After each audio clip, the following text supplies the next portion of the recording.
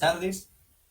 Hoy es un día importante para la Corte Superior de Justicia del Callao, ya que se conmemora el primer aniversario de la implementación de la oralidad civil en este distrito judicial. Con motivo de esta fecha especial, tenemos la grata presencia de importantes autoridades del Poder Judicial, a quien vamos a presentar a continuación. Saludamos al señor doctor Héctor Enrique Lama Mori, juez titular de la Corte Suprema de Justicia de la República, integrante del Consejo Ejecutivo del Poder Judicial, presidente del equipo técnico institucional de implementación de la oralidad civil del Poder Judicial. Saludamos también a la señora doctora Flor Aurora Guerrero Roldán, presidenta de la Corte Superior de Justicia del Callao. Saludamos de igual manera a los señores magistrados, trabajadores y a todo el público que nos acompaña a través de las redes sociales. Señoras y señores, para dar inicio a esta ceremonia, vamos a escuchar las palabras de bienvenida a cargo de la señora doctora Flor Guerrero Roldán, presidenta de la Corte Superior de Justicia del Callao. Buenas tardes, doctor Héctor Enrique Lama Mori, presidente del equipo técnico institucional de implementación de la oralidad civil. Señores magistrados del Poder Judicial y del Ministerio Público, señores abogados, damas y caballeros. Mediante resolución administrativa 149 del 2019 del Consejo Ejecutivo del Poder Judicial, de fecha 3 de abril del año 2019, el Consejo Ejecutivo del Poder Judicial dispuso incorporar a la Corte Superior de Justicia del Callao en el proyecto piloto para la modernización del despacho judicial en los juzgados civiles, estableciendo que se elaboren el proyecto y los instrumentos de gestión para la creación del módulo civil. En esa medida, la Corte Superior de Justicia del Callao elaboró el plan de implementación, el mismo que fue aprobado por el equipo técnico institucional de implementación de la oralidad civil. En ese contexto, se publicó la resolución administrativa 08-2020 del Consejo Ejecutivo del 8 de enero del 2020, que resuelve implementar a partir del 30 de enero del 2020 a la Corte Superior de Justicia del Callao bajo el modelo de módulo civil corporativo de litigación oral, conformado por la segunda sala civil y el primer y sexto juzgado especializado en de la citada Corte Superior.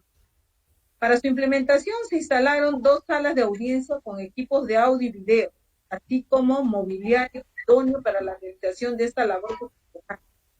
Cabe señalar que los jueces, los trabajadores y el administrador del módulo civil corporativo de litigación oral de la Corte Superior de Justicia del Callao fueron previamente capacitados para el inicio de tan valiosa labor. Somos conocedores que concomitantemente al inicio de esta labor se había gestado una de las peores crisis sanitarias de nuestra historia republicana.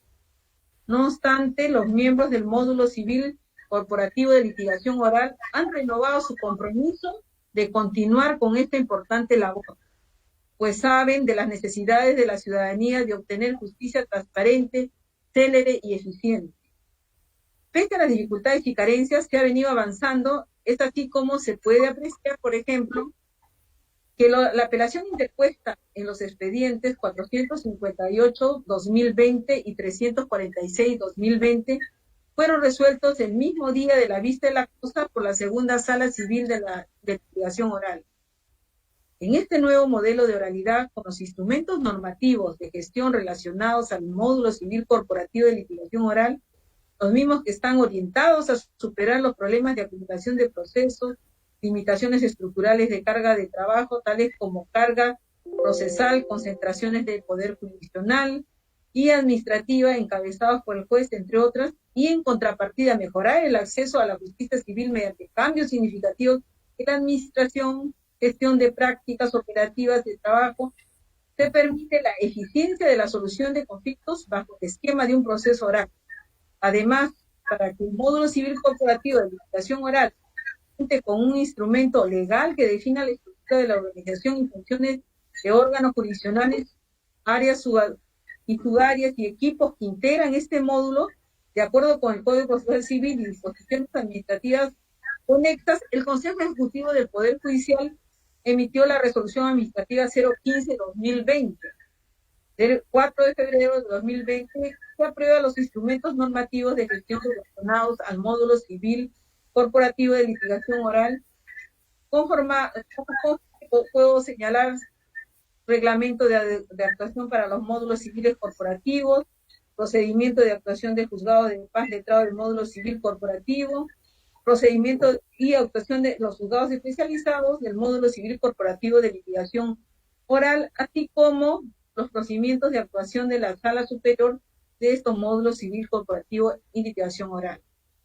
Tal como se puede visualizar de la base normativa que define la estructura de la organización y funciones de los órganos jurisdiccionales, se encuentra sustentada en el texto de la Ley Orgánica del Poder Judicial, el texto único del Código Procesal Civil, así como el Código Procesal Constitucional. El nuevo modelo civil de litigación oral, pues, es compatible con la normatividad vigente del proceso civil. Cuenta con los mismos principios procesales que deben ser observados por los jueces y juezas en cualquier etapa del proceso, donde el juez deberá actuar respetando los derechos fundamentales de las partes e interpretando las normas procesales a efectos de garantizar aquellos derechos esenciales. En la presente gestión pondré todo el ímpetu para que se mejore la celeridad de los procesos civiles.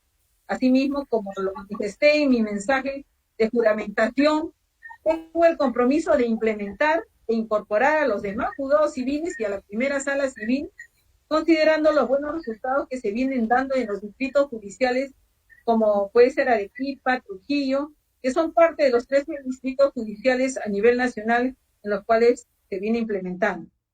Desde ya agradezco todo el apoyo de la ETI, representada por el doctor Héctor Lama Mori, presidente de este equipo institucional, por el liderazgo, acompañamiento, y esperamos el compromiso de los magistrados y también de los justiciables. Mi propuesta, como señalo, es pues que todos estos juzgados civiles en materia civil entren a la oralidad, así como la primera sala civil, a fin de coadyuvar y ser más céleres en la administración de justicia civil. Finalmente, no me queda otra cosa que decir y señalar que estamos prestos en todo momento a brindar todos nuestros esfuerzos para que esto se haga realidad. Gracias. Agradecemos las palabras de la doctora Flor Guerrero Roldán, presidenta de la Corte Superior del Callao. Damas y caballeros, seguidamente tenemos la inauguración del ciclo de conferencias por el primer aniversario de la implementación de la oralidad civil en el Callao, a cargo del señor doctor Héctor Enrique Lama Mori, presidente del equipo técnico institucional de implementación de la oralidad civil del Poder Judicial. Adelante, doctor Lama. Muchas gracias. Buenas tardes a todos y todas. Señora doctora presidenta de la Corte Superior de Justicia del Callao, doña Flor Guerrero Roldán, estimados jueces especializados en materia civil, como jueces superiores en esta misma materia, y a los trabajadores que integran el módulo corporativo de oralidad civil en esta Corte por su primer aniversario. El saludo, por supuesto, se extiende a todos los integrantes de esta pujante Corte Superior de Justicia del Callao, que viene superando la crisis que hace un par de años sufrió y que golpeó duramente a esta Corte Superior.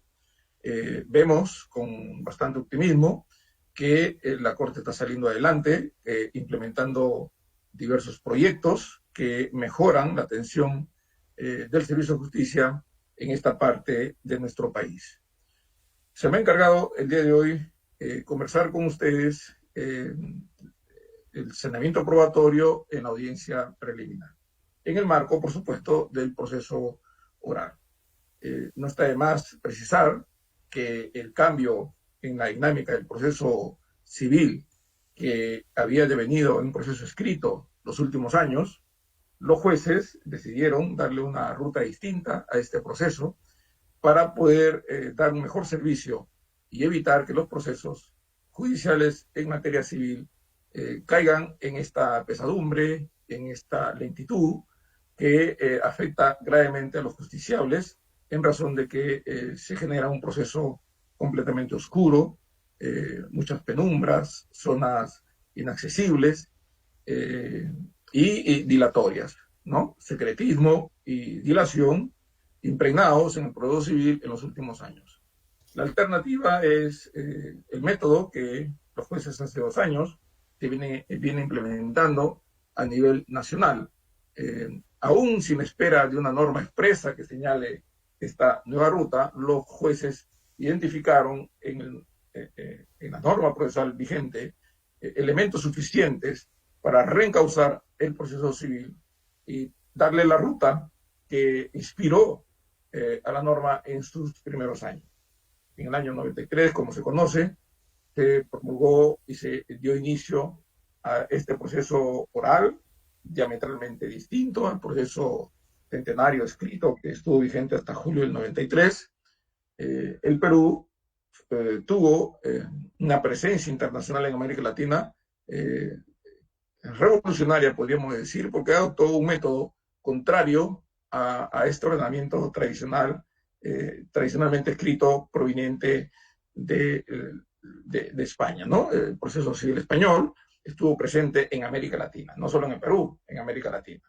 Y todos los procesos civiles de América Latina eran procesos escritos o tramitados bajo la escritura, y hubieron pocos países que inicialmente se apartaron de ese método y enrumbaron por un método mucho más moderno, mucho más dinámico, mucho más transparente y célere. Aparte de Uruguay, que hizo su cambio en la década del 80, finales de la década del 80, el Perú fue el segundo de los países de América Latina que decidió caminar por la oralidad, pero por supuesto no solo oralidad, sino todo lo que ello viene consigo, ¿no? Mayor dinámica del juez, participación más directa en el proceso, una serie de principios que tienen que ver con las garantías básicas que los ciudadanos necesitan en un proceso judicial, la participación directa del juez a través de los principios de mediación, la conducción del proceso por el juez, etc. Y sobre todo el proceso por audiencia, lo que supone el conocimiento temprano del conflicto por parte del juez y el análisis y desarrollo de los procesos judiciales por el juez, expediente por expediente.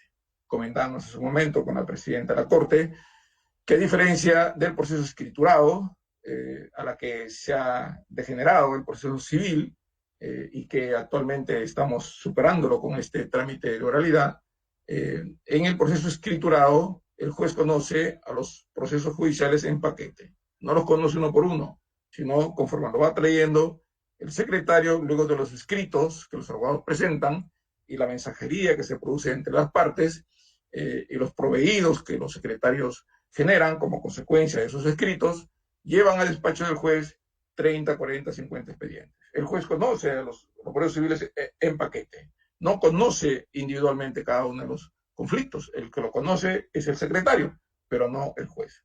En el proceso oral, debido a las audiencias, el juez conoce en cada audiencia un expediente y tendrá tantas audiencias como expedientes dispóngase día conocer. Esta participación inmediata y directa del juez, expediente por expediente, convierte al proceso civil en un proceso en el que concurren las garantías de conducción de quien finalmente decidirá el conflicto. Muy bien, el elemento central de este proyecto que pretende abandonar el trámite escrito al que se ha devenido el proceso civil en nuestro país, pese a que la norma vigente tiene, digamos, una estructura, un diseño, unos principios cercanos al método de la oralidad, trágicamente devino en un proceso escrito. Las audiencias son el escenario donde se desarrolla la oralidad. Estas audiencias fueron desactivadas, como todos sabemos, en los años 2007-2008, y trajo consigo la materialización que ya se veía venir del proceso sin audiencias, que se transformó en un proceso escriturado que arrasó tanto a la audiencia única del proceso sumarísimo como a la audiencia de pruebas en los procesos abreviados y de conocimiento. Bueno, entonces la audiencia que va a marcar la diferencia que está entre el proyecto que estamos llevando adelante es la audiencia preliminar. Así que haremos un breve comentario sobre la audiencia preliminar y luego pasaremos a analizar una parte de esta audiencia preliminar, que es una de las partes más importantes, que es el saneamiento probatorio, es decir, la preparación de la audiencia de pruebas.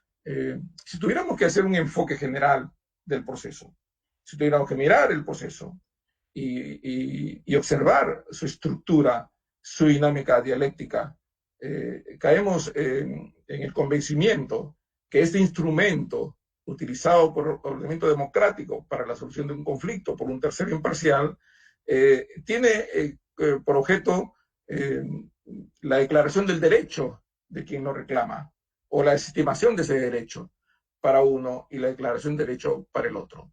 Y este instrumento, este proceso, este medio para que las controversias y los conflictos se resuelvan en el marco de la ley, de la Constitución y con elementos básicos de la justicia, tiene en realidad una importancia trascendental, porque para que la sentencia finalmente se produzca, es necesario que las afirmaciones hechas por las partes estén acreditadas en el proceso. Y la acreditación de las afirmaciones hechas por las partes respecto del conflicto que subyace a ese proceso están las pruebas. Yo diría que la prueba es el elemento central del proceso. Podríamos decir que es el corazón del proceso, que bombea, irradia, los conocimientos, la información, la convicción hacia el juez respecto de lo que las partes han afirmado en cuanto reclaman ante el Estado peruano la restauración, el reconocimiento de su derecho. La prueba, pues, es el elemento central. Pero claro, esta prueba tiene que ofrecerse, actuarse y valorarse en este proceso. Y la sentencia dictada en ese proceso debe ser consecuencia de esa prueba. Pero para poder estar seguros que el proceso como instrumento es un proceso preparado para tal fin, el ordenamiento procesal, con sabiduría, ha establecido un filtro que permite definir si realmente el proceso tiene los elementos indispensables como instrumento de derecho, digamos, de derecho formal, tiene los elementos necesarios para que pueda emitir pronunciamiento sobre la controversia. Esta primera parte del proceso, que es el saneamiento procesal, que no existía en el procedimiento anterior, que no existía en el proceso escrito centenario del Código de Procedimientos Civiles. Se introduce en este modelo como una etapa del mismo para que pueda definirse con certeza si ese instrumento está habilitado o no para un pronunciamiento sobre el fondo de la controversia. Por eso es que está el saneamiento. El saneamiento es una especie de filtro, ¿no?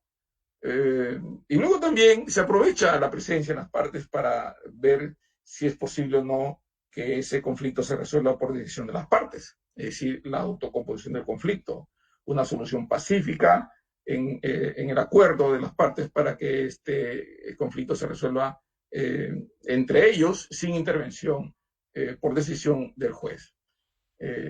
Y ya en el caso de que se acredite que el proceso está habilitado como tal, digamos, ¿no? Que tiene los elementos necesarios para su validez en cuanto al pronunciamiento que finalmente se expidan, a la eficacia de su propio pronunciamiento, porque la eficacia del pronunciamiento que finalmente dicte el juez en ese proceso va a depender que el mismo proceso esté válidamente constituido. Entonces, esa primera parte es importante por esa razón. La autocomposición del conflicto es importante porque teniendo a las partes al frente y el juez conocedor del derecho pueda por lo menos promover entre ellas la posibilidad de un acuerdo en el marco del ordenamiento jurídico, es una oportunidad que no puede dejarse pasar. Pero en realidad el elemento central en el proceso es los actos que preparan la actuación de la prueba. Y esos actos que preparan la actuación de la prueba son los que aparecen en el escenario del saneamiento procesal. y el saneamiento probatorio. Y el saneamiento probatorio es un momento de esa audiencia preliminar. Estamos hablando de la audiencia preliminar, que es la audiencia que no existe en el Código Procesal Civil vigente, que ha sido creada en nuestro país con una resolución administrativa, tomada sin duda del propio Código Procesal Civil vigente, del artículo 53, inciso 51, inciso tercero, perdón, que permite al juez convocar a las partes para esclarecimiento de los hechos. La norma administrativa aprobada por el Consejo Ejecutivo en enero del año 2020, modificando una reglamentación anterior, establece que la audiencia preliminar surge o nace con base normativa en el artículo 51, inciso 3 del Código Procesal Civil, que permite a los jueces convocar a las partes para que se esclarezcan hechos. Y sobre esta base, sobre este mecanismo que permite el Código Procesal Civil, es que el Consejo Ejecutivo, a propuesta de los propios jueces, consideró que los jueces están habilitados para hacer ante las partes y ante el público de manera abierta y no enclaustrado en las cuatro paredes del despacho, estas fases que en estos procesos abreviados de conocimiento las hace el juez en la soledad de su despacho. Es decir, el saneamiento procesal, la conciliación, y el saneamiento probatorio. La conciliación en realidad ha sido extraída del escenario digamos, formal del proceso para llevarlo a un ámbito extraprocesal. Pero este proyecto, este piloto que estamos llevando adelante, permite que si el juez se encuentra presente con las partes, se adentran al proceso, digamos, aproveche esa oportunidad para ver la posibilidad de esta autocomposición del conflicto con la conciliación. Y después, por supuesto, una vez que se, digamos, cierra la posibilidad de la conciliación, se pasa a la parte probatoria, que en esta primera parte de la audiencia preliminar se conoce como saneamiento probatorio. Entonces, la audiencia preliminar es la audiencia preparatoria de la audiencia de pruebas. La audiencia de pruebas es la audiencia de juzgamiento, es la audiencia, digamos, sustantivamente hablando o materialmente hablando, es la audiencia clave para evidenciar el derecho que le pueda corresponder a las partes. La audiencia preliminar, según el reglamento aprobado por el Consejo Ejecutivo, tiene 6 momentos. Primero, los alegatos de apertura. No voy a conversar ahora sobre esto. Algunos objetan que esté ubicado en la audiencia preliminar y que debería estar ubicado en la audiencia de pruebas, alegato de apertura. Sin embargo, esto es un tema que, digamos, tiene su propia explicación ante la posibilidad de que en la audiencia preliminar pueda haber un juzgamiento anticipado y ante la complejidad que supone la audiencia preliminar, porque en ella se deciden temas trascendentales que aseguran la eficacia del proceso en cuanto al saneamiento procesal y la eficacia de la audiencia de pruebas en cuanto a la preparación de la prueba para el juicio, o para la audiencia de juicio o la audiencia de pruebas. Para ello es necesario que las partes muestren ante el juez sus respectivas teorías. Claro, en materia penal es cierto, los alegatos de apertura en materia penal están en la audiencia de juicio, pero la situación particular del proceso civil, distanciándose del proceso penal, es que admite la posibilidad de una sentencia sin llegar al juicio, porque por la propia naturaleza del conflicto es posible que esa sentencia se dicte sin que se llegue a la audiencia de juicio, porque las pruebas que sustentarán la decisión son documentales o se trata de un debate sobre el puro derecho.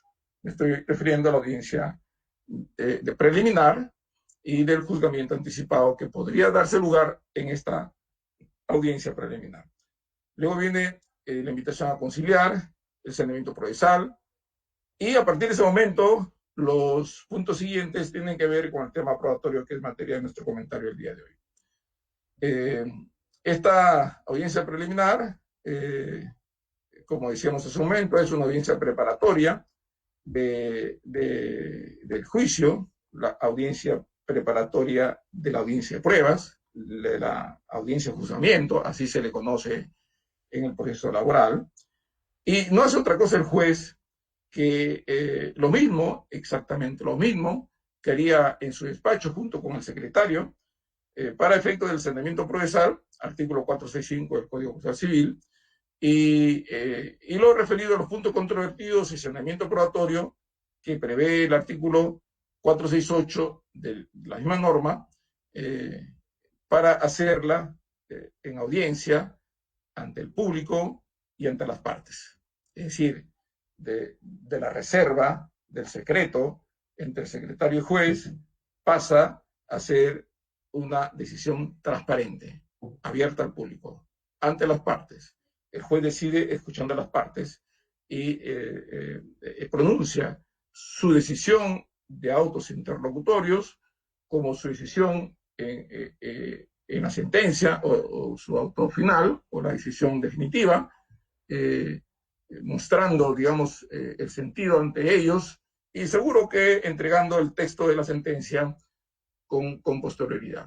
Entonces, el juez no está más que realizando exactamente lo mismo que la ley procesal le señala, solo que en un lugar distinto, en un lugar que permite transparencia y celeridad. El reglamento, aprobado en enero del año 2020, modificando el anterior, establece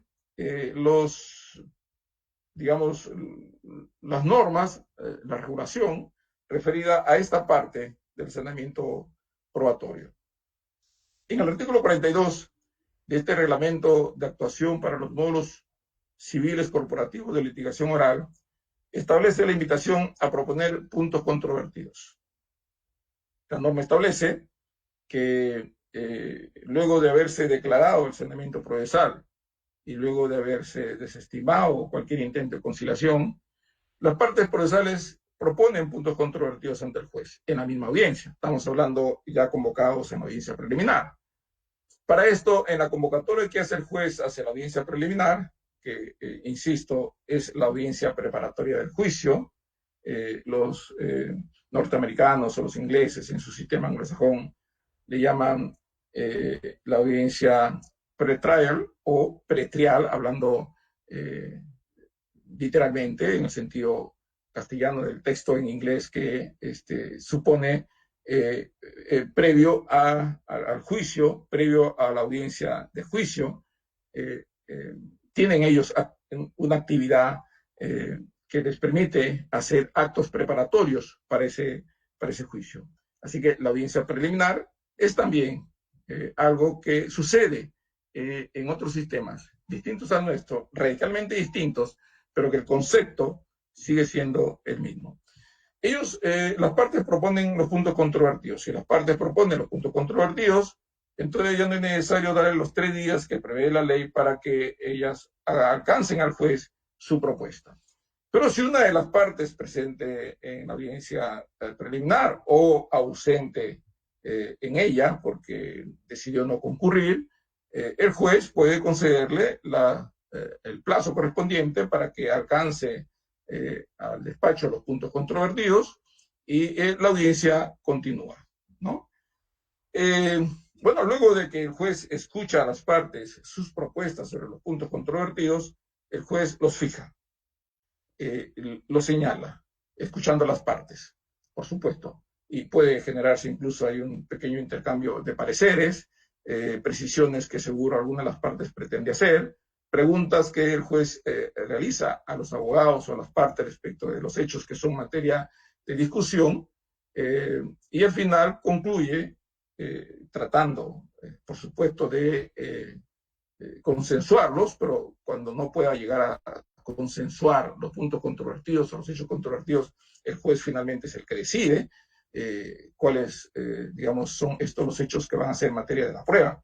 Es muy importante que el juez finalmente sea quien decida qué hechos son los que se someterán a prueba.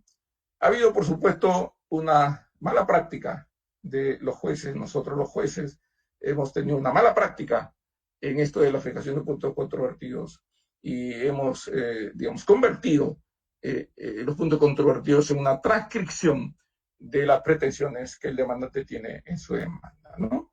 Si la demanda es de pago de indemnización por accidente de tránsito, daños causados producto de un accidente de tránsito, generalmente se colocaba como puntos controvertidos el determinar si corresponde o no que se pague por los daños y perjuicios causados por el accidente de tránsito, trayendo a los puntos controvertidos la propia pretensión del demandante.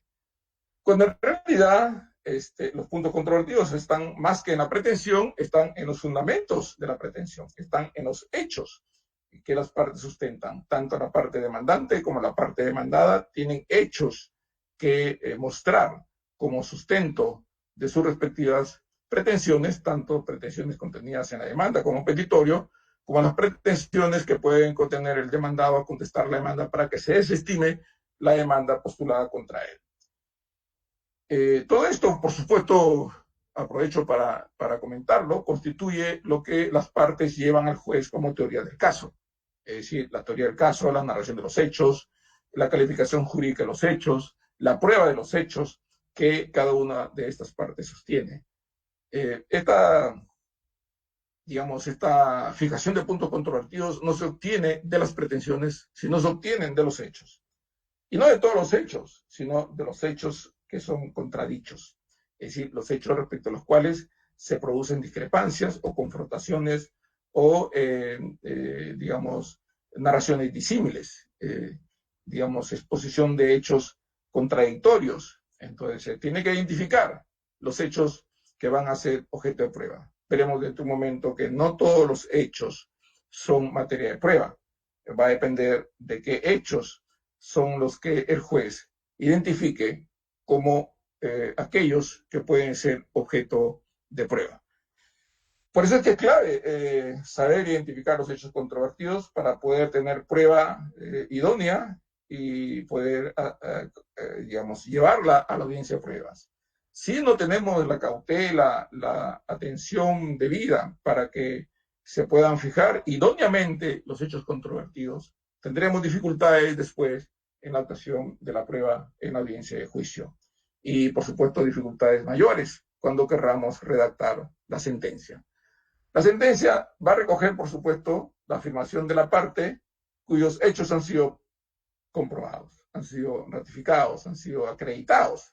Y estos hechos se acreditan a través de los medios probatorios, actuados, por supuesto, en su momento en la audiencia, en la audiencia de juicio. Entonces, según el artículo 44 de este reglamento, hay un momento en que el juez inicia la depuración de la prueba.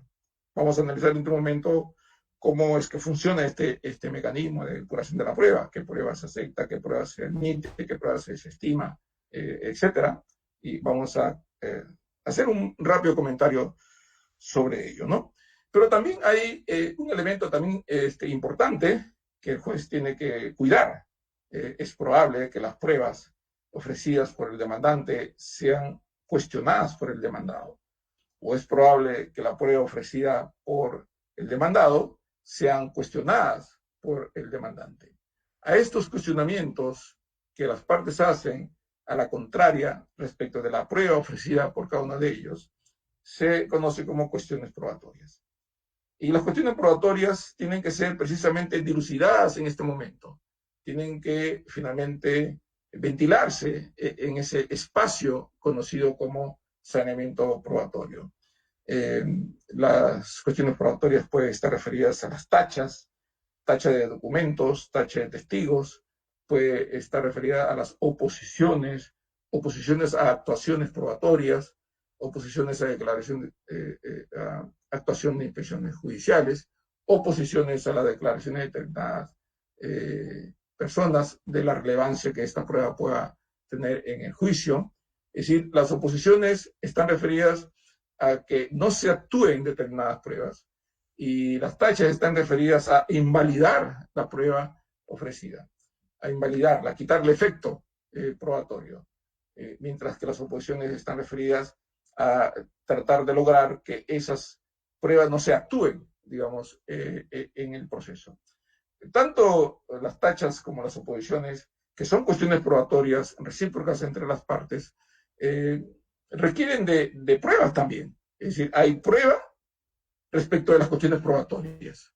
Y esas pruebas se actúan en ese momento para que el juez pueda decidir finalmente si la prueba subsiste o se actúa, ¿no? O sea, subsiste en su eficacia probatoria.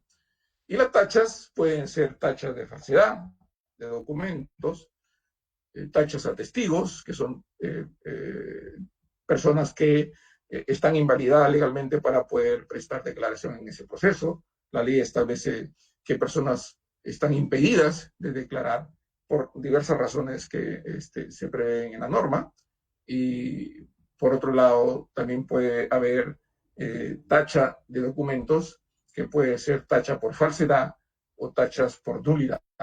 La idea de la tacha es privar de eficacia probatoria al documento. Y cuando es tacha al testigo, es impedir que esa declaración tenga eficacia jurídica, probatoria, al interior del proceso. La tacha por nulidad se sustenta en el hecho de la ausencia de un requisito formal del documento que la ley le impone como requisito ad solemnitatem, es decir, bajo sanción de nulidad. No es una tacha de nulidad para debatir la nulidad del documento o del acto jurídico, no.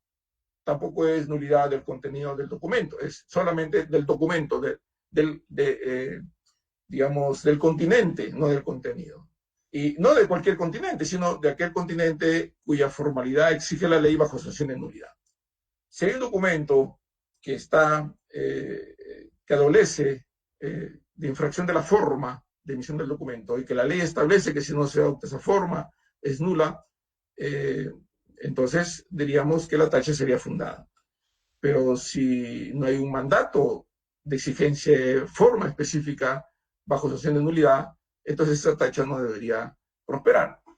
Y la tacha de falsedad supone que el documento es falso, es decir, falso porque ha sido creado sin que exista un origen, o es falso porque es una fotocopia falsa o de un documento inexistente, inexistencia en la matriz, etc. Y para ello, por supuesto, se actúan determinadas pruebas. Decíamos hace un momento que una vez que se superan estas cuestiones probatorias, el juez pasa a decidir las pruebas que deben admitirse o rechazarse. Hay incluso algunas cuestiones probatorias que el juez se las reserva para dictarlas en la sentencia, porque el juez dispone que se admita o que se incorpore la prueba y que en la sentencia se pronunciará sobre la cuestión probatoria. Es probable que el juez en la sentencia declare fundada la tacha, prive de eficacia probatoria al documento o al testigo, a la declaración testimonial, y sobre esa ausencia de evidencias probatorias de estas pruebas cuyas tachas han sido amparadas, generarán pues un resultado en favor de quien interpuso esa cuestión probatoria. No necesariamente el que una tacha sea fundada supone que el que ofreció la prueba, que fue tachada finalmente o que fue declarada nula o inválida, pierda el proceso o sea vencida. No, pero lo que sí es evidente es que esa prueba no va a tener ese documento o ese testigo, o su declaración no va a tener eficacia probatoria en el proceso. Entonces ya tenemos ahí el momento en que aborda el juez este saneamiento probatorio.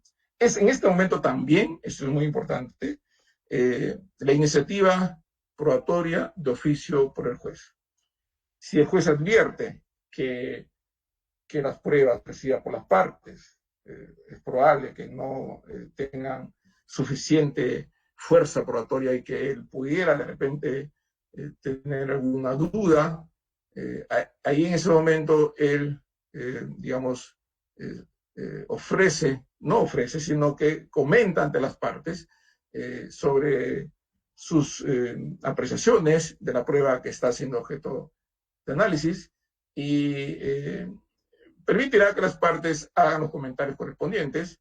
Él escucha a las partes y finalmente decide la actuación oficiosa de determinada prueba, explicando, por supuesto, sus razones.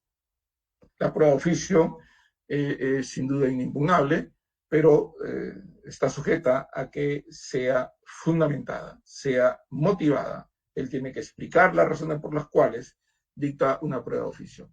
Algunos sostienen que luego de este momento de la audiencia preliminar, ya no es posible que el juez dicte prueba de oficio fuera de la audiencia preliminar, es decir, ya en la audiencia de pruebas.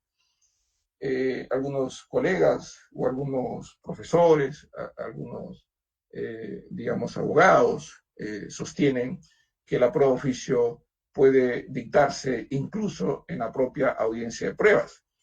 Otros sostienen que el juez no puede tener esa actividad oficiosa en un momento en que las partes están dilucidando entre ellas la confirmación o la verificación de sus afirmaciones respecto a los hechos que son materia de controversia.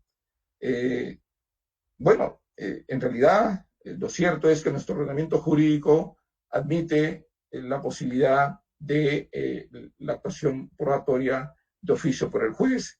La norma no establece cuál es el momento en el que el juez podría hacer uso de esta actividad oficiosa. Aquí, en este caso, el reglamento ha dicho que lo puede hacer en la audiencia preliminar, pero tampoco prohíbe que lo haga en la audiencia de pruebas, si es que él advierte que de las pruebas actuadas subsiste, en este caso, algo que no le permite llegar a un convencimiento, una certeza sobre determinado hecho. Hace unos meses se publicó el 10º Pleno Casatorio Civil, que está precisamente vinculado a la prueba de oficio. En este pleno casatorio, la Corte Suprema establece que el juez puede actuar prueba de oficio incluso fuera de la audiencia, digamos, no dice preliminar, porque el pleno casatorio no analiza este caso a la luz de un proceso con oralidad, pero llega a establecer que antes de dictar sentencia, el juez puede disponer pruebas de oficio. En el caso concreto del 10º Pleno Casatorio Civil, hace referencia a una prueba de oficio para establecer los linderos, la ubicación geográfica, los límites y linderos de un predio que era materia de controversia, de entrega o reivindicación por parte del demandante y del demandado. Es decir, no se había establecido con certeza la ubicación del predio ni de sus límites. En consecuencia, la Corte Suprema establece que el juez puede actuar prueba de oficio y no lo limita en algún momento especial. Basta que él verifique que la controversia, digamos, no es el resultado del convencimiento del juez, sino que es el resultado de la incertidumbre que el juez tiene. En ese caso, por supuesto, las instancias de mérito establecieron de que no era posible no es posible identificar el predio y tampoco era posible conocer los linderos o las medidas perimétricas del predio para saber la ubicación exacta y sus límites para poder amparar la demanda, de ser el caso. Consideró la Corte Suprema que debió haberse hecho una pericia.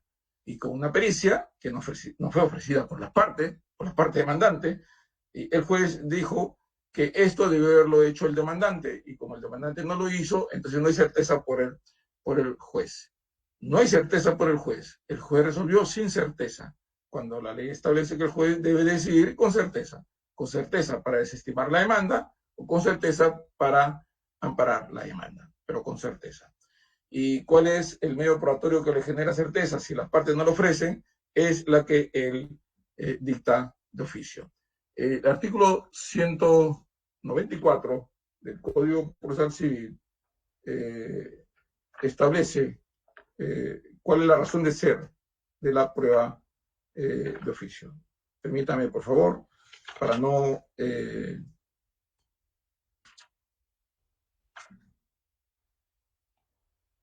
poner en duda, dice, excepcionalmente, cuando los medios probatorios ofrecidos por las partes sean insuficientes para formar convicción, el juez de primera o de segunda instancia ordenará la actuación de los medios probatorios adicionales y pertinentes que considere necesario para formar convicción y resolver la controversia siempre que la fuente de prueba haya sido citada por las partes en el proceso.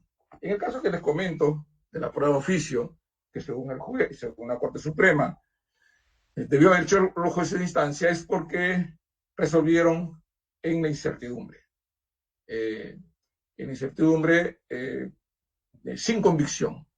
Reconocida por los propios jueces que resolvieron sin convicción, pese a que la norma permite la facultad para crear o dictar o disponer la actuación de pruebas adicionales, siempre que en el proceso esté la fuente de prueba. Claro, en este caso estaba, por supuesto, porque se trataba de identificar el predio que fue materia de reivindicación en ese proceso. Bueno, ¿en qué momento se dispone la prueba de oficio? El reglamento de los módulos corporativos de litigación oral dice que es en el momento de la audiencia preliminar. Será el único momento. Yo creo que podría hacerse también en la audiencia de pruebas. Antes de dictar sentencia, el juez puede disponer pruebas de oficio siempre que la fuente de prueba se encuentre en el proceso mismo. Es muy importante que nosotros analicemos lo que el Código Procesal Civil señala sobre el saneamiento probatorio.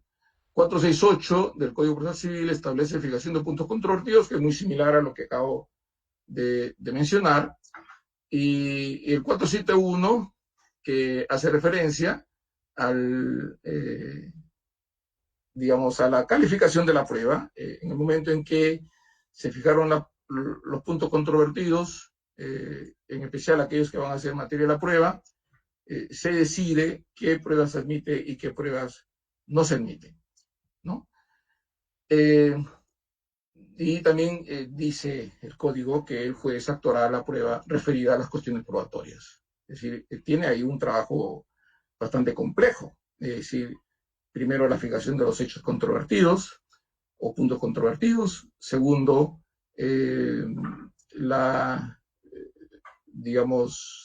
calificación de la prueba que se actúa, que da sustento a las cuestiones probatorias, la decisión sobre estas cuestiones probatorias, si las da en ese momento o si las reserva para dictarlas en la propia sentencia.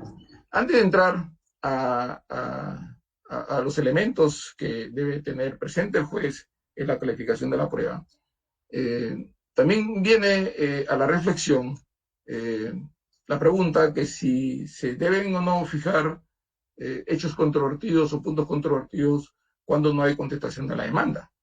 Esta es una preocupación, me parece sana, que las personas se pregunten que si los hechos controvertidos surgen de la contradicción que hace el demandado frente a lo afirmado por el demandante, ¿qué pasa si el demandado no contesta la demanda? ¿Habrá necesidad de fijar hechos controvertidos si nadie ha contradicho los fundamentos del demandante? ¿Qué cosa hay? ¿Se deben fijar de todas maneras los hechos controvertidos? Bueno, ahí algunos sostienen que, para mí extrañamente, soy sincero, que de todas maneras hay que fijar hechos controvertidos, porque siempre hay hechos que probar. Bueno, pero si hay hechos que probar y no hay demandado que los haya contradicho, lo que hay es la acreditación de aquellos hechos que la ley exige estén probadas. Se me viene a la mente que si se trata del cumplimiento de un contrato, debería estar presente el contrato, ¿no es cierto? Aun cuando no haya demandado o cuando el demandado no haya contestado. O que si se trata de un divorcio, debería estar la prueba del matrimonio, ¿no es cierto? Aunque el demandado no haya contestado la demanda. Entonces, hay hechos que aprobar, sin duda, porque no todo puede estar soportado en la conducta procesal del demandado. Recordemos que si el demandado no contradice digamos, o no se opone a los hechos que el demandante ha narrado en su demanda, debe entenderse que hay una presunción legal relativa de la verdad de los hechos afirmados por el demandante, pero es una presunción legal relativa, es una presunción legal absoluta. Y como es relativa, en realidad hay algunos elementos que tienen que acreditarse, ¿no? Sin los cuales, por supuesto, no es posible, digamos, amparar la demanda. Es decir, no se gana por walkover, digamos, porque el demandado no llegó, ya ganó el demandante necesariamente. No, el demandante puede perder aún con el demandado en rebeldía. Si es que hay hechos que debió probar y no los prueba.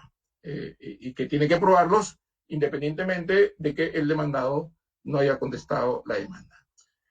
Entonces yo diría que más que hechos controvertidos, deberían ser calificados como hechos sujetos de prueba o hechos objeto de prueba que deben ser probados, porque sin las cuales no habría forma como amparar la demanda. Y el otro elemento es que deberían admitirse la prueba que guarda relación directa con los hechos controvertidos. Bueno, y cuando estamos frente a medios probatorios que guardan directa relación con los hechos controvertidos, y si guardan relación indirecta, deberán admitirse, y si hay presunciones legales que suponen la acreditación de un hecho para que pueda tener el efecto respectivo de la presunción, también deberían probarse. Hay hechos que se entienden conocidos por las partes y que, digamos, exigen de cierta información, se requiere la prueba de esos hechos. Bueno, todo esto vamos a verlo en un momento, y antes de ello, solamente quiero comentarles dos cosas que darán lugar a el siguiente paso que vamos a hacer en esta exposición. Primero, ¿qué se entiende por fin de la prueba? La finalidad de la prueba. Es decir, que lo que se busca con la prueba. ¿Para qué es? ¿Para qué sirve? ¿Para qué se prueba en el proceso? ¿Y qué se busca con la prueba? Llevar al juez, ¿no? Bueno, sobre esto hay varias teorías, y hasta hace unos años se entendía que estas dos teorías podían sintetizarse en aquellas que sostienen que se prueba para conocer la verdad de los hechos, y otras sostienen que se prueba para producir convencimiento o certeza en el juez sobre lo que es materia de controversia a efectos de que tome la decisión. Y en esto de la verdad se ha dicho que hay, tradicionalmente se ha sostenido que hay dos tipos de verdades que los jueces o las personas deben diferenciar respecto al proceso judicial: la verdad formal y la verdad material. La verdad formal es la verdad del expediente, y la verdad es la verdad tal cual como se produjo fuera del expediente. Digamos, la verdad material es como la verdad extraprocesal, es la verdad tal cual como acontecieron los hechos, ¿no es cierto? Difícilmente se podrán reproducir en el proceso, pero, digamos, los elementos básicos esenciales pueden ser teorías del proceso. Sobre esta tesis o división acerca de la, digamos, verdad formal y verdad material, Tarufo en los últimos años ha hecho una crítica bastante fuerte a esta división entre verdad formal y verdad material. Tarufo sostiene que esta distinción es inaceptable. Él señala que la idea de la verdad judicial o del proceso sea distinta o autónoma de la denominada verdad material o histórica, empírica o simplemente verdad. La existencia de reglas jurídicas y de límites de distinta naturaleza, como máximo sirve para excluir la posibilidad de obtener verdades absolutas.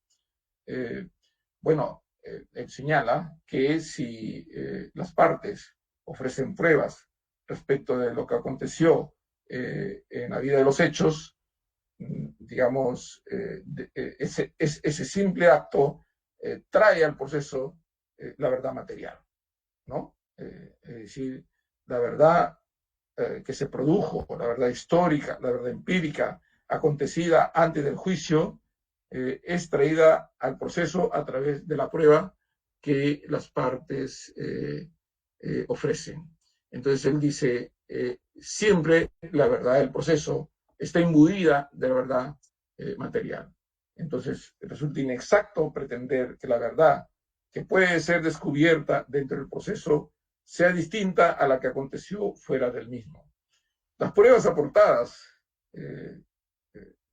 precisamente llevan al proceso la verdad material y esta entra en el juicio por actividad de las propias partes. Así que esa distinción de que la verdad del juicio es una verdad formal distinta a la verdad extrajurídica, extraproceso, la verdad empírica, puede llevar a una errada conclusión, porque en realidad la verdad empírica tiene una connotación mucho más compleja de la que uno se puede imaginar. Miren lo que dice Michele Tarufo. La subsistencia de esta distinción, como lo refiere, remite automáticamente a la idea que dicha verdad a una dimensión extraprocesal, extrajurídica del problema de la verdad. Es decir, como si la verdad material fuera un asunto extraño al derecho, extraño al proceso, ¿no? Entonces concluye que ya no consigue establecer qué es la verdad de los hechos en el proceso y para qué sirven las pruebas, ¿no? Sin afrontar elecciones filosóficas, epistemológicas, de orden más general, sin preguntarse si es posible conocer la verdad, es decir, es posible conocer los hechos tal cual como se produjeron, y entran pues discusiones epistemológicas referidas a la imposibilidad de conocer el mundo objetivo, ¿no? Y a que pueda conocerse el mundo objetivo de una manera moderada, es decir, hay tres extremos en estudios epistemológicos sobre el conocimiento del mundo exterior del ser humano, unos que dicen que es imposible conocer el mundo objetivo, otros que dicen que sí se puede conocer al 100% el mundo que nos rodea, y otros que dicen que puede conocerse de manera mesurada, digamos razonable, una postura intermedia. Entonces, algunos sostienen que esta postura intermedia es la que corresponde, en todo caso, ser objeto de conocimiento por parte del juez en un proceso judicial. ¿Cómo es que el ser humano se entera del mundo que lo rodea? En el caso del juicio, ¿cómo es que el juez se entera de lo que sucedió o lo que está sucediendo en el mundo exterior, o las personas en general se enteran de lo que está sucediendo a su alrededor? El testigo, el que lee una carta, el que observa un objeto, el que observa un paisaje, etcétera. Está conociendo tal cual como está de manera objetiva, o hay un filtro que le impide conocer certeramente ese hecho, ese fenómeno, eso que está observando. Algunos dirán que es imposible, no se puede conocer porque lo que llega a nosotros es una información limitada por nuestros sentidos.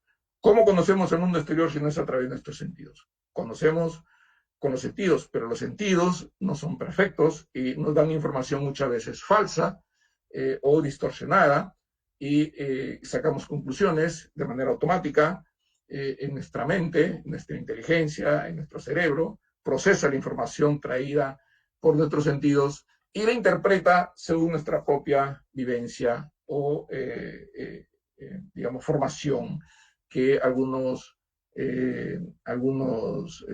filósofos del derecho le llaman el trasfondo, ¿no? Daniel González ayer le llama trasfondo, aquello que constituye todo el bagaje de experiencias, vivencias, traumas, éxitos, experiencias positivas, negativas, digamos, diferentes experiencias tenidas a lo largo de la vida. sus propias concepciones ideológicas, religiosas, pasionales, etcétera, integran el trasfondo. Cada persona tiene un trasfondo distinto a la otra. En consecuencia, su propia experiencia hace que interprete la información traída por los sentidos del mundo exterior. Entonces, este escenario epistemológico, sostiene Tarufo, es lo que causa complicaciones para llegar a una solución del conflicto. Pretender encontrar la verdad material fuera del proceso es hacer inoperante la prueba en el propio proceso. Y esa crítica dura, bastante fuerte, de Tarufo a esta distinción de verdad material y verdad formal tiene, por supuesto, razones valederas para sustentarse. Entonces, en realidad es posible conocer la verdad objetiva, la verdad material en el proceso a través de la prueba traída por las partes, pero sin duda es posible también que esta reconstrucción de los hechos no pueda generarse de manera exacta, tal cual como se produjo en la vida real, ¿no? Y termina siendo, por supuesto, esta prueba el convencimiento del juez respecto a los hechos que las partes han traído al proceso y respecto de la prueba que las partes han traído al proceso mismo. Nuestro código se ha adherido, por supuesto, a la tesis de que la prueba sirve para formarle convicción al juez, ¿no? Bueno, así lo establece nuestro código procesal civil. El juez no es un investigador. El juez, digamos, asumirá una conclusión en su sentencia respecto de los hechos que las partes han traído al proceso.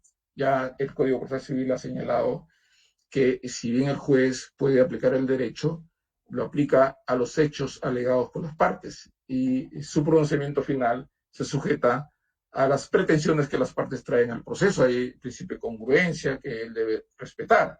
Respecto a las pretensiones formuladas, su pronunciamiento se restringe a ellas, y respecto a los hechos que él va a ser, que la sentencia va a ser materia de pronunciamiento, deben ser a los hechos que las partes han traído, no otros hechos.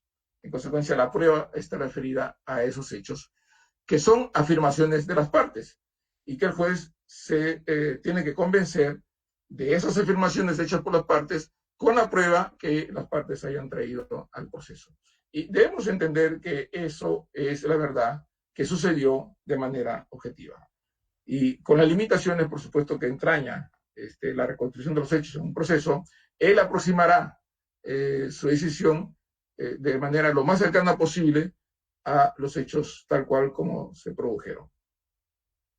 Entonces, esa verdad real, esa verdad material, debe tratar de ser reconstruida al interior del proceso. La finalidad de la prueba, entonces, puede ser obtener la verdad. Sí, puede ser que se establezca la verdad, pero no la verdad tal cual como se produjo en el mundo real, histórico, sino la verdad de los hechos que las partes han traído al proceso, acreditados con la prueba que se actúa en juicio.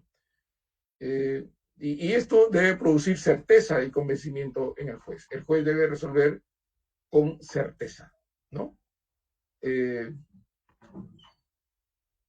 artículo 188 dice que la finalidad de los medios probatorios es producir certeza al juez respecto a los puntos controvertidos, ¿no? Nuestro sistema procesal civil se adscribe a esta tesis del convencimiento por el juez de los hechos que traen las partes al proceso.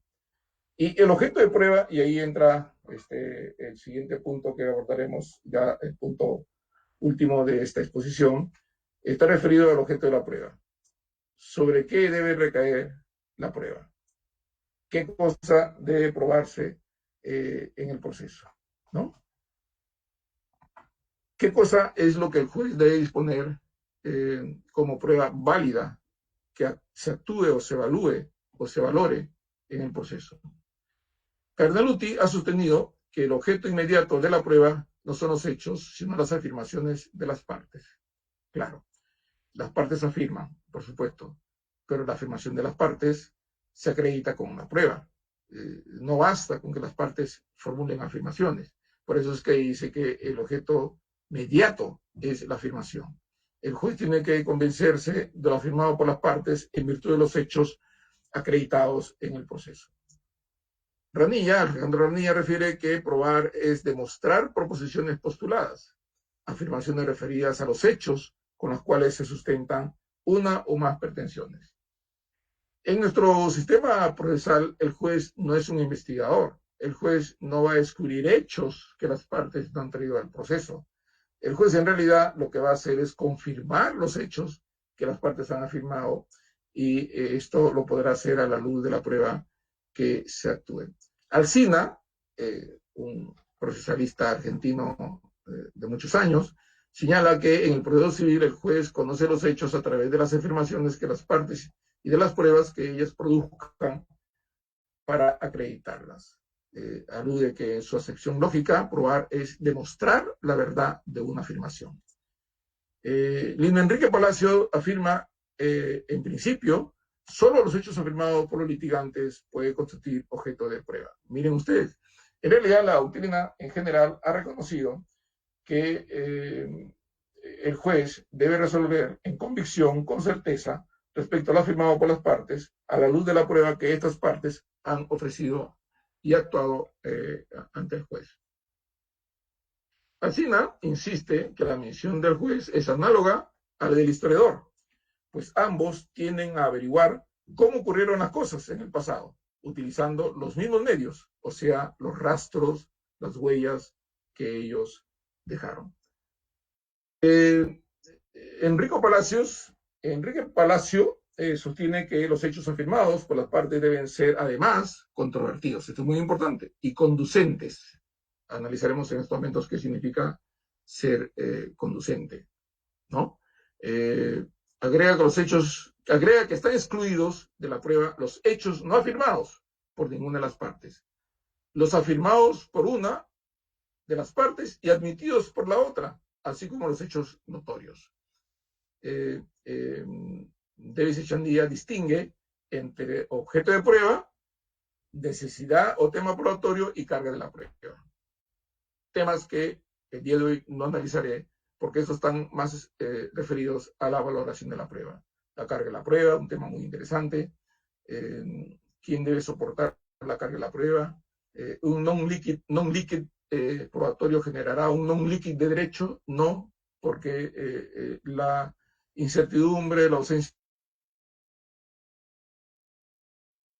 una desestimación del derecho legado, porque los jueces siempre tendrán que pronunciarse sobre las pretensiones postuladas por las partes. Ningún juez, salvo en la antigüedad, puede llegar a la conclusión de que no puede decidir sobre un conflicto porque los hechos no se han acreditado, o que hay duda o incertidumbre sobre los hechos, o que no se pueden probar. No. Si los hechos no se prueban, quien las alegó pierde el juicio. Si los hechos se prueban y son coherentes con la pretensión, gana el proceso. Diríamos, un non-liquid, una no prueba de los hechos, nos supone un non-liquid del derecho, una ausencia de la declaración por el juez. Son cosas diferentes.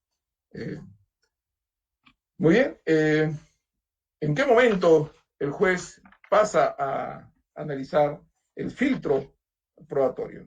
El artículo 190 establece que solo se admiten las pruebas referidas a los hechos. A esto se conoce en materia procesal como la pertinencia de la prueba pertinente, aquella prueba vinculada a los hechos materia de controversia, a los hechos fijados como controvertidos, y también a la costumbre. Y la norma señala además que no se admiten, ojo, no se admiten como prueba los hechos no controvertidos, como bien se acaba de indicar. Los hechos no controvertidos, los imposibles o que sean notorios. ¿Y cuando estamos frente a un hecho notorio? Un hecho puede ser notorio cuando su existencia es indudable. Es decir, el hecho notorio no tiene por qué ser conocido por todos. El hecho notorio supone su existencia objetiva, verificable, que existe sin duda alguna, pero que requiere pues de algún conocimiento sobre el tema. Eduardo Couture señala que el hecho puede ser notorio sin ser conocido por la parte o por algunos. Supone el conocimiento real de un hecho. Por ejemplo, él pone como ejemplo Couture, la ocupación de París por los alemanes en 1940 es un hecho que no requiere prueba, ¿no es cierto? ¿Por qué? Porque es algo que se puede verificar en historia, es decir, es un hecho aceptado por todos. Y de repente alguien no sabía que era el 1940, pero fue en el 40 y ese hecho es un hecho notorio que no requiere de ser probado. Otro ejemplo que pone Eduardo Couture sobre hechos notorios es que a fines de 1945 se descubrió la subdivisión del átomo que permitió conocer otra fuente de energía, la energía nuclear. Este hecho es un hecho notorio, pero no es un hecho conocido por todos, pero es un hecho respecto al cual no existe duda alguna porque es de relevancia científica, ¿no es cierto? A estos hechos se le conoce como hechos notorios. La doctrina y la norma ha dicho que los hechos notorios no pueden ser de prueba, digamos, ¿no? Un hecho notorio es que Chimbote está más cerca de Lima que Trujillo, sin duda. Alguien que no viajó al norte de repente no conoce, alguien que viene fuera del país, que no conoce el Perú, no sabrá si Chimbote está más cerca de Lima o está más lejos. Sin embargo, la afirmación de que Chimbote está más cerca de Lima que Trujillo es un hecho notorio y no tiene por qué ser conocido por alguien, sino que es algo que es objetivo, que no cabe duda, que es así, ¿no? Comprobable certeramente. Los hechos notorios no pueden ser objeto de prueba, como bien lo dice el artículo 190. Después refiere que no pueden ser objeto de prueba los hechos afirmados por una de las partes y admitidos por la otra. Claro. Sobre todo cuando estamos frente a derechos disponibles. Cuando estamos frente a derechos indisponibles, esta regla no aplica porque podría afectar derechos de otros. Si yo reconozco como válida una afirmación hecha por la contraria y estamos en un debate sobre derechos disponibles, entonces no tiene por qué ser materia de prueba si yo ya lo reconocí. Pero si lo que yo reconozco trasciende el interés privado, entonces no basta con afirmación. Es necesario, para que esto convenza al juez, es necesario que existan otros elementos adicionales para que pueda tenerse como un tema que no pueda ser objeto de prueba. La reconvención puede ser reconocido al contestar la demanda en la audiencia de fijación de puntos controvertidos. Puede incluso haber reconocimiento de hechos no al contestar la demanda, sino al fijar los puntos controvertidos. Si las partes al fijar los puntos controvertidos admiten un hecho, eso desaparece como hecho controvertido y simplemente se acepta como tal. También señala que no pueden ser admitidos como prueba los hechos que la ley procesal, que la ley en general, sustantiva también, presume sin admitir prueba en contrario. Esas son las presunciones de jure, que se entienden que se admiten, se admiten como ciertos, que son ciertos, se presumen ciertos, sin admitir prueba en contrario. Hay la presunción de jure del 2012 del Código Civil, que todos conocemos el contenido de los asientos registrales, que es obviamente, digamos, una fantasía, porque nadie conoce certeramente el contenido de los asientos del registro, pero es la base, la piedra angular sobre la cual descansa el edificio de la fe pública registral. Sin embargo, no es materia pues, de prueba, ¿no? También se dice que no es materia de prueba el derecho nacional aplicado, que debe ser aplicado de oficio por los jueces. Lo que sí debe ser materia de prueba el derecho extranjero, y lo debe probar quien lo invoca y debe acreditar la existencia de la norma extranjera y su sentido. También es materia de prueba la costumbre en determinados conflictos, el derecho extranjero, debe ser acreditado. ¿Qué otros elementos pueden considerarse como ajenos a la actividad probatoria de las partes? Y esto es muy importante para la calificación de la prueba por el juez. ¿Qué hechos deben ser probados? Hechos evidentes. Los hechos evidentes no pueden ser objeto de prueba, ¿no? Los hechos evidentes son aquellos que ante todos se admiten como ciertos ante cualquier persona con sentido común. Por ejemplo, es evidente que a la luz del día se ve mejor que en la oscuridad, ¿no es cierto? Y creo que esa es una referencia bastante clara.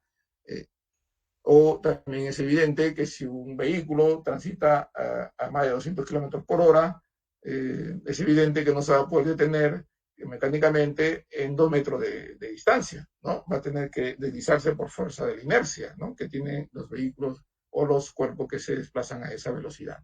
Se necesita alguna prueba pericial, se necesita alguna prueba científica para acreditar que a esa velocidad podía detenerse en 1 metro, a 1 metro de distancia o a 2 metros. Creo que este hecho, siendo evidente, no requiere de ser probado. Es evidente que si una persona prueba que estuvo en un lugar, en el mismo momento no puede estar en otro lugar, ¿no es cierto? Porque las personas no tenemos el don de la ubicuidad. Se necesita probar que no estuvo en Trujillo cuando se prueba que estuvo en Lima. Suficiente con que pruebe que estuvo en Lima, entonces ya no estuvo en Trujillo. Estas son hechos que no deben ser materia de prueba, ¿no? Porque se entiende que, digamos, ante el sentido común, ante la óptica racional de los hechos y la experiencia misma, evidencian que debe ser así, ¿no? Couture también reconoce los llamados hechos normales y afirma que los hechos que no son normales deben ser materia de prueba. Los hechos normales son los hechos que deben, que discurren como debe ser, como corresponde que discurran o que acontezcan o que sucedan normalmente, ¿no? Por ejemplo, se entiende que los actos de comercio son onerosos.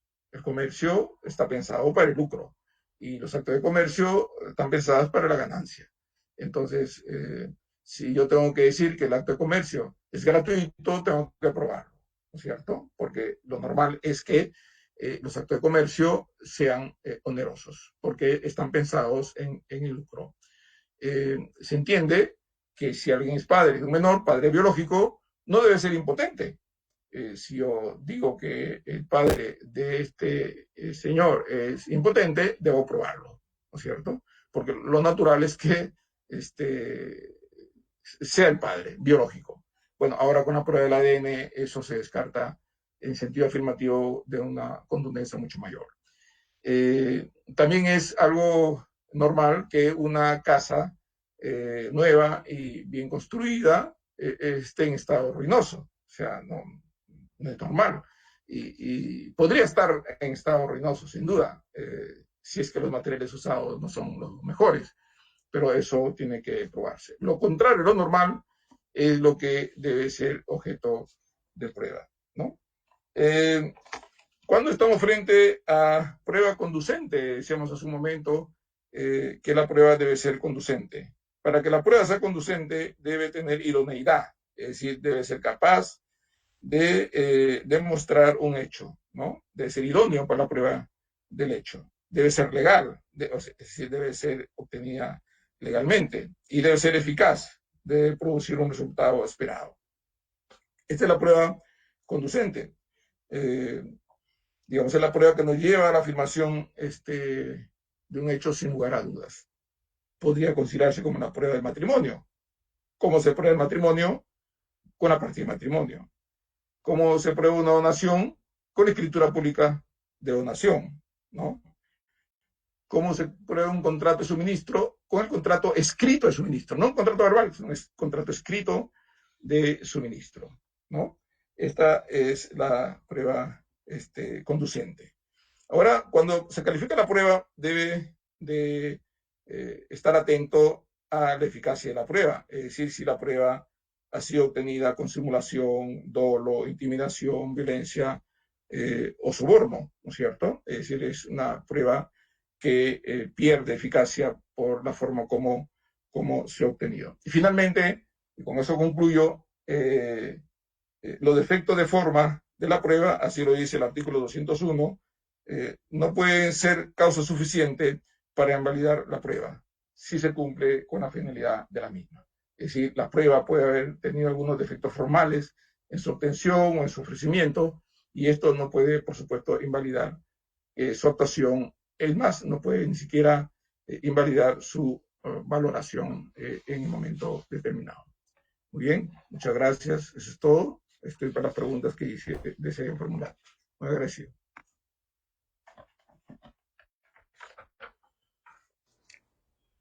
Gracias, doctor. Gracias, doctor.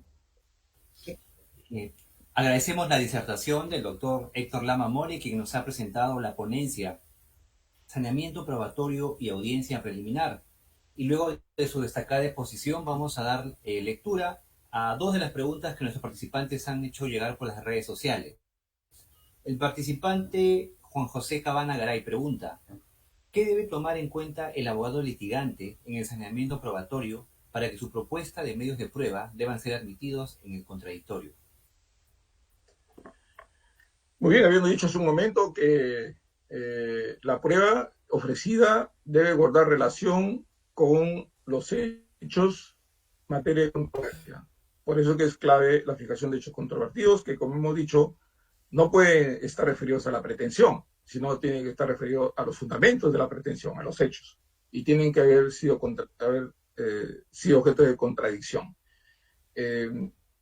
Pero no solamente puede admitirse la prueba vinculada directamente al hecho controvertido, sino que puede ser admitida, y de hecho debe admitirse la prueba vinculada indirectamente a los hechos. Estoy hablando de la prueba indiciaria. Es decir, la prueba indiciaria es aquella prueba que conjuntamente con otros medios probatorios apuntan hacia la prueba que no existe.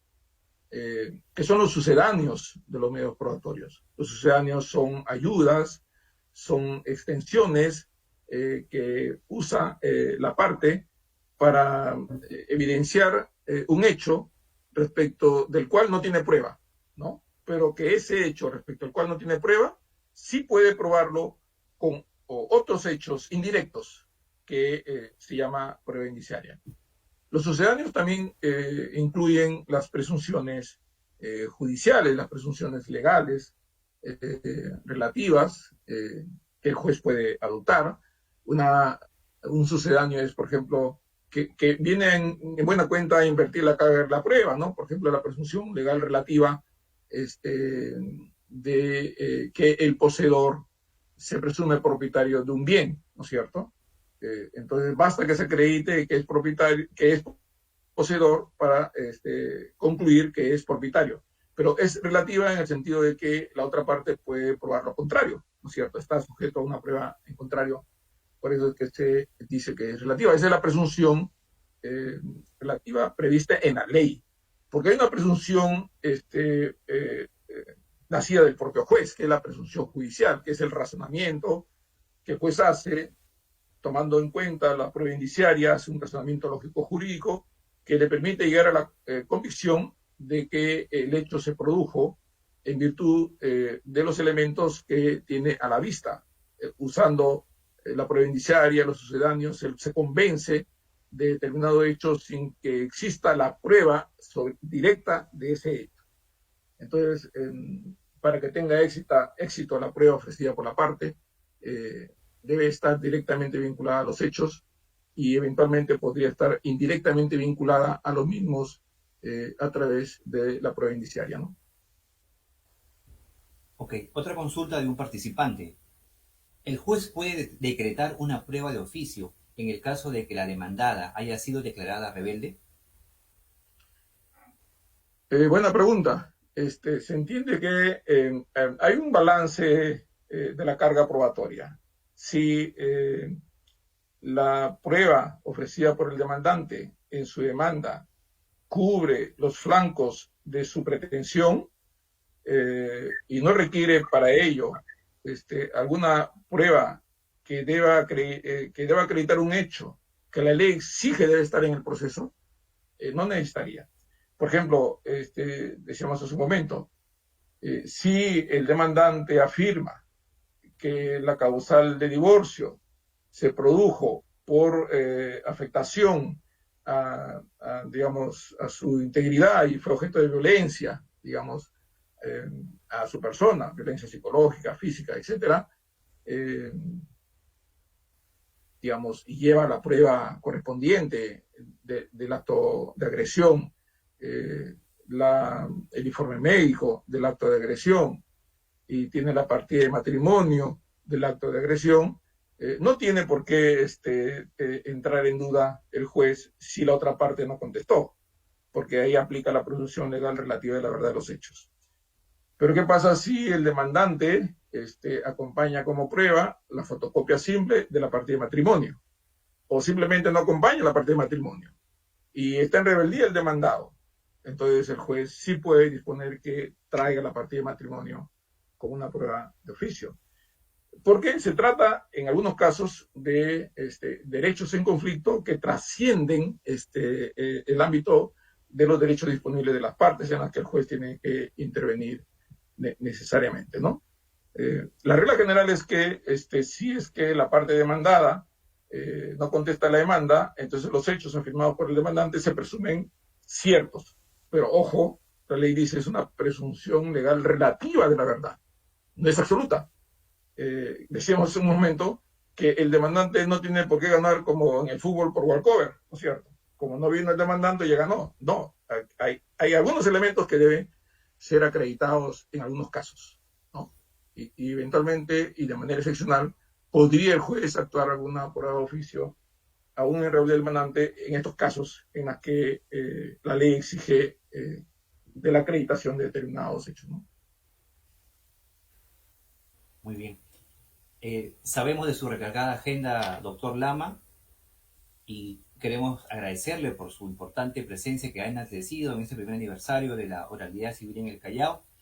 Y como corolario de este evento académico, vamos a escuchar las palabras de clausura de la señora presidenta de la Corte Superior del Callao, la doctora Flor Guerrero Roldán. Bueno, en primer lugar, nuestro agradecimiento, doctor, nuevamente recalcando nuestro agradecimiento por su participación generosa en estos eventos académicos, porque sabemos, como señaló el señor jefe de imagen, que efectivamente usted tiene una recargada labor que realizar. Entonces, más bien pedirle y comprometerle para que continúe brindándonos unos espacios de tiempo para poder fortalecer los conocimientos de todos los magistrados y todo el personal administrativo, judicional y por qué no administrativo de esta corte, que está atento y que está escuchando, para efecto también colaborar con este proceso de oralización en todos los órganos jurisdiccionales. Por eso, de esta manera, hemos escuchado atentamente esta exposición didáctica que ha traslucido sus conocimientos, su vasto conocimiento de todas las instituciones procesales, de lo cual felicitamos en su persona por todo lo que nos ha transmitido hoy día y, como vuelvo a señalar, esperamos pues que continúe dándonos espacios de tiempo para poder seguir capacitando a todos los órganos jurisdiccionales de esta Corte. Asimismo, doctor, también queremos pedir su apoyo para que todos nuestros órganos jurisdiccionales efectivamente ingresen ya a la organización que va a contribuir con la administración de justicia de la Corte Superior de Justicia del Callao y de esta manera poder nosotros legitimarnos ante nuestra comunidad. Una vez más, mi agradecimiento y bueno, de esta manera doy por clausurado este evento académico. Gracias. Muchas gracias, doctora Flor Guerrero Roldán. Muchas gracias. Muchas gracias, Hugo. Un abrazo. Feliz aniversario a los magistrados de la Corte y un abrazo. En cualquier momento estamos para cualquier apoyo. Gracias, doctor. Reiteramos nuestro agradecimiento al doctor Héctor Lama por acompañarnos en este importante acto y anunciarle también a los participantes que los certificados estaremos entregándoles en 3 o 4 semanas. Muchas gracias y los invitamos a seguir participando en los talleres programados para los próximos días. Hasta una nueva oportunidad. Muchas gracias. Buenas noches.